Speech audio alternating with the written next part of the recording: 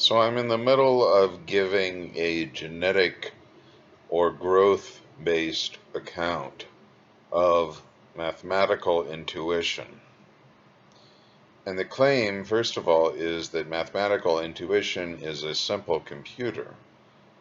And the language I'm using to describe this computer is biological growth, conducting experiments, and observing the results of those experiments.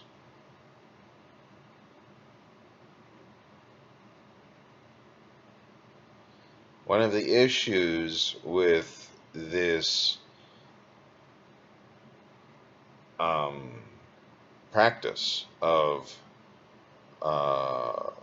preparing the gene sequences,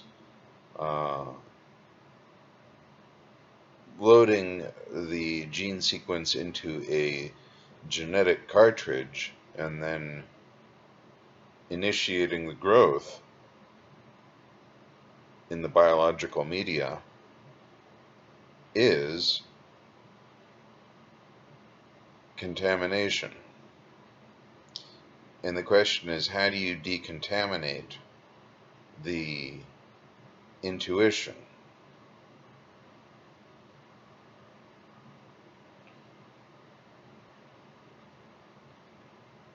Halmos, in naive set theory, brings this topic up. And there's this sort of a knot in this kind of very even, very clear, pure kind of exposition. And you realize the clarity and the evenness of the exposition before and after this discussion of this knot. And I think the idea here is that we're really supposed to make an effort to figure out how to approach what this means. And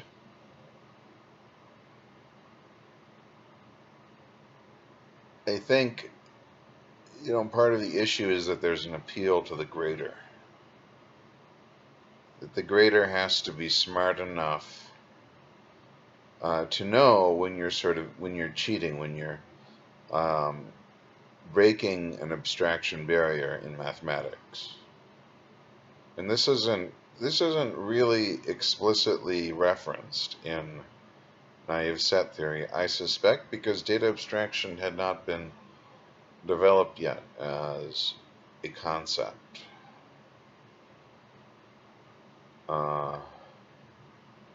I think that came later.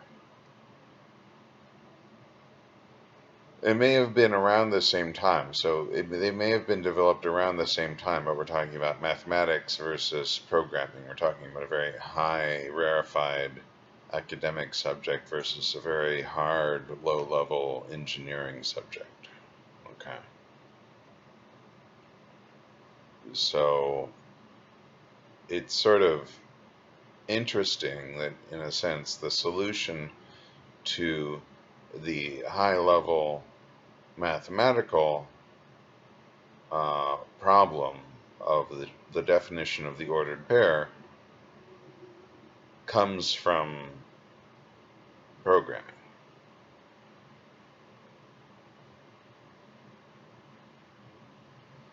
And yet here we are. We're still, struggling to explain how this is significant.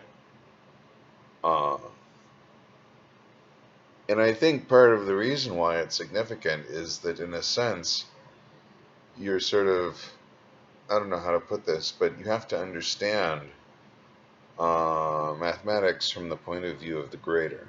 And you have to understand that Halmos is saying that, okay, this is the definition of the ordered pair, but the greater is going to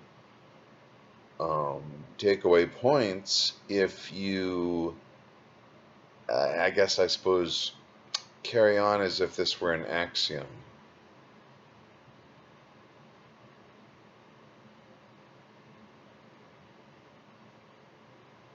And instead, you have to take the characterization of the ordered pair symbol as the axiom.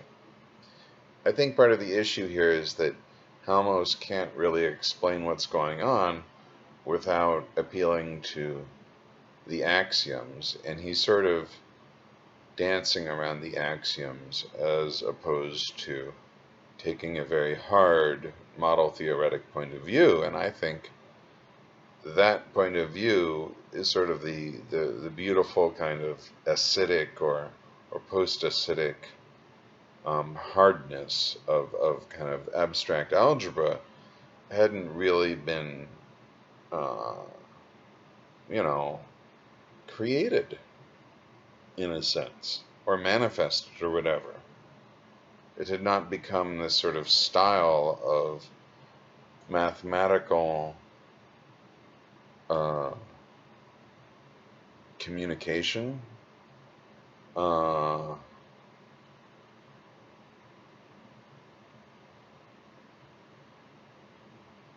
was accepted by students. And I think first of all, it became accepted by students.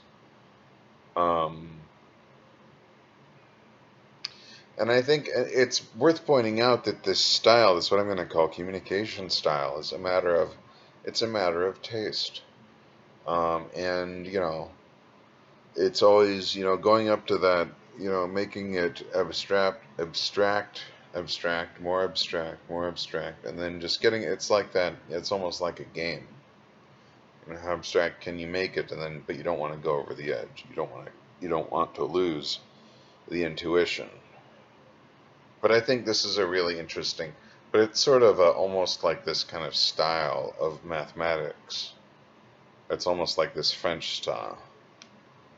If we're going to say that a style of mathematics corresponds to a style of cooking, where, we say the French have these really elaborate, kind of reductions, where you take the raw materials and you just cook it and cook it and cook it, just do, and put it in the fridge. It just goes through process after process after process.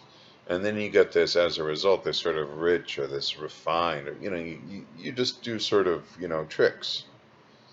But it's this, in mathematics, this corresponds to, asking sort of these sorts of questions about the relationship between notation and intuition, these very abstract philosophical questions. I don't know if the French want to take responsibility for it. I don't know if we can blame the French for it. I think you would then have to probably make some comment about styles of French philosophy, and their influence or lack thereof on French mathematics and mathematics in general. And I think sort of the French issue, I think we're sort of now facing the French issue, which is that American mathematics, perhaps mathematics all over the world, is being influenced by this French style and this Bourbaki sort of, Bourbaki is reverberating throughout the mathematical universe, and we're kind of riding these waves of abstraction and sort of reaction to that abstraction, and we're figuring out, and I think, and again, but again, we're sort of, what we're doing is we're kind of saying ultimately that the student and the grader have to be the decision makers to a certain extent, but I mean, they're the ones who have to accept it, but they're sort of the children. We don't have to give them everything. We can sort of prepare it for them, and then they can accept it or not. And I think part of the issue is, understanding, what is too bitter, what is too abstract for the student, and really letting the student and the grader decide. But again, the thinking is that as a result of this, we now have this account of mathematical intuition.